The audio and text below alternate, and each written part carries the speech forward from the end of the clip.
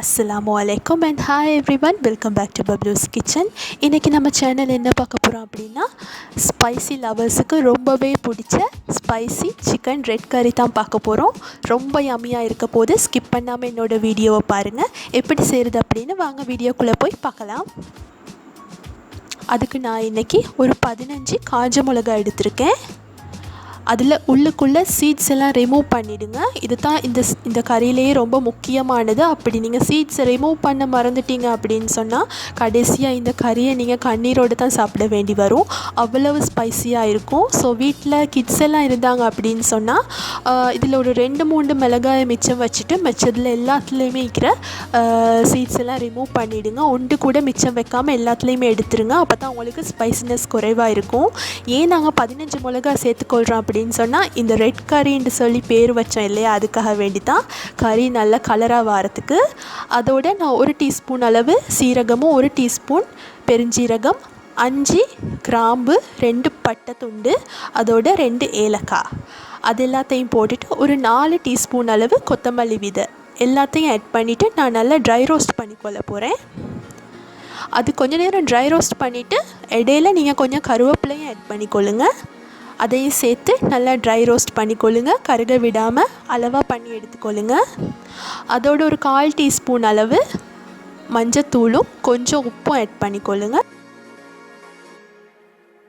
Grind பண்ணி எடுத்துக்கொள்ள போகிறேன். பாருங்கள், இந்த மாதிரி நல்லா பட்டு போல் கிரைண்ட் பண்ணி எடுத்துக்கொள்ளுங்க. அதோட இன்னொரு பேன் எடுத்து ஒரு குட்டி பேன் எடுத்து அதில் ஒரு 2 டீஸ்பூன் அளவு ஆயில் ஆட் பண்ணிக்கொள்ளுங்க. அதோடு ஒரு 23லேருந்து 25 பல் பூண்டு ஆட் பண்ணிக்கொள்ளுங்க. நீங்கள் பூண்டு எந்த அளவுக்கு ஆட் பண்ணுறீங்களோ அந்த அளவுக்கு நல்லா கறி டேஸ்டியாகவும் வாசனையாகவும் ஹெல்த்தியாகவும் இருக்கும். ஸோ 23லேருந்து 25 பல் பூண்டு ஆட் பண்ண சொல்லிக்கிறேன். நீங்கள் 25 ஆட் பண்ணிக்கொள்ளுங்க. அது நல்லா கொஞ்சம் ப்ரௌன் ஆகிற வரைக்கும் குறைவான தீயில் வச்சு நல்லா கொஞ்சம் நேரம் வறுத்துக்கொள்ளுங்க. அதோட ஒரு பெரிய வெங்காயம் கொஞ்சம் பெருசாக வெட்டி ஆட் பண்ணிக்கொள்கிறேன். அதையும் நீங்கள் வறுத்துக்கொள்ளுங்க. நீங்கள் பெரிய வெங்காயம் இல்லாட்டி சின்ன வெங்காயம் கூட ஆட் பண்ணிக்கொள்ளலாம். அது ஒரு 1/4 கிலோ அளவு ஆட் பண்ணிக்கொள்ளுங்க. பாருங்கள், கொஞ்சம் நல்லா ப்ரௌன் ஆகி நல்லா சாஃப்டாகி வரட்டும்.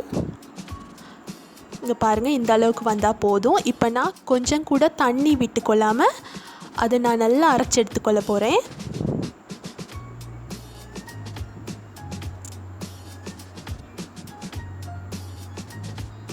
இப்போ நான் ஒரு ப்ரெஷர் குக்கர் எடுத்து அதில் 4 டேபிள் ஸ்பூன் அளவு ஆயில் விட்டுக்கொள்கிறேன். ஆயில் நல்லா காஞ்சதும் நாங்கள் அரைச்சி வச்சோம் இல்லையா அந்த ஸ்பைஸ் பவுடர், அதை நான் ஆயிலுக்குள்ளே டிரெக்டாக ஆட் பண்ணிக்கொள்கிறேன். ஏன் ஆயிலுக்குள்ளே போடுறோம் அப்படின்னு பார்த்தீங்கன்னா இந்த கறியோட சீக்ரெட்டே அது தான். அப்போ தான் இந்த கறி நல்ல ஆயிலியாக நல்ல ரெட் கலரில் வரும். அதோட சீக்ரெட்டே இது தான். பாருங்கள், இதோட பச்சை வாசனை போகிற அளவுக்கு நல்லா கொஞ்சம் நேரம் வதக்கிக்கொள்ளுங்க. அதுக்கப்புறமா நான் 500 கிராமுக்கும் கொஞ்சம் கூட ஒரு 600 கிராம் மாதிரி சிக்கன் எடுத்து வச்சுருக்கேன். அதையும் நல்லா உப்பு மஞ்சத்தூள் எல்லாம் போட்டு வாஷ் பண்ணிவிட்டு இதுக்குள்ளே ஆட் பண்ணிக்கொள்ளுங்க.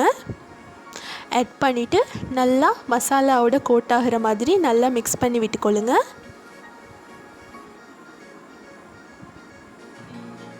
பாருங்கள், பார்க்கவே சூப்பராக இருக்குது. அதோட கடைசியாக கொஞ்சம் கருவேப்பிலையும் ஆட் பண்ணிக்கொள்ளுங்க. இப்போ நாங்கள் அரைச்சி வச்சுருக்கிற அந்த வெங்காய பேஸ்ட்டையும் ஆட் பண்ணிக்கொள்கிறேன். அதோட ஒரு 2 டேபிள் ஸ்பூன் தயிரும் ஆட் பண்ணிக்கொள்கிறேன். அப்புறமா அதில் ஒரு 1 கப் அளவு மாதிரி தண்ணி விட்டுக்கொள்ளுங்க. உங்களுக்கு கொஞ்சம் கூடுதலாக கிரேவி வேணும் அப்படின்னு சொன்னால் இதை விட கொஞ்சம் தண்ணி கூடுதலாக ஊற்றிக்கொள்ளுங்க. அப்படி இல்லாட்டி நீங்கள் இந்த அளவு தண்ணியே உங்களுக்கு போதுமாக இருக்கும், செமி கிரேவியாக இருக்கும்.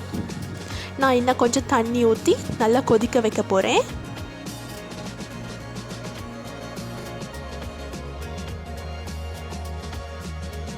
எங்களோட வீட்டில் இந்த செமி கிரேவியெல்லாம் சரி வராது, கொஞ்சம் கிரேவி வேணும்.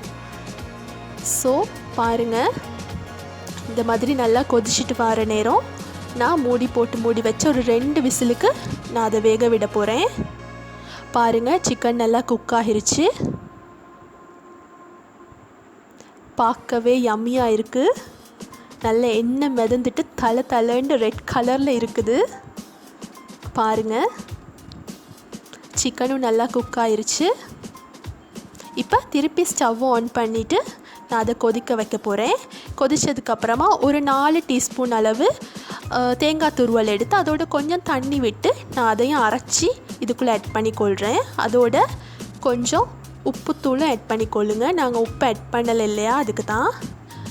இப்போ ஒரு கொதி வந்ததுக்கப்புறமா கொஞ்சம் லைம் ஜூஸ் ஆட் பண்ணி இறக்கிட்டு சாப்பிட்றதுக்கு தான் இருக்குது. ரொம்ப நல்ல டேஸ்ட்டாக இருக்கும். இது எதோட பெஸ்ட் காம்போ அப்படின்னு பார்த்தீங்கன்னு சொன்னால் பராட்டா தான். சூப்பராக இருக்கும். ரெண்டுமே சான்ஸே இல்லை. நீங்கள் ட்ரை பண்ணி பார்த்துட்டு எனக்கு ஃபீட்பேக் சொல்லுங்கள். என்னோடய சேனல் பிடிச்சிருந்தா மறக்காமல் சப்ஸ்கிரைப் பண்ணிக்கொள்ளுங்கள். அதோட பெல் ஐக்கனையும் கிளிக் பண்ணிக்கொள்ளுங்கள். இன்னொரு நல்ல வீடியோவில் உங்களை சந்திக்கிற வரைக்கும் டேக் கேர், பாய்.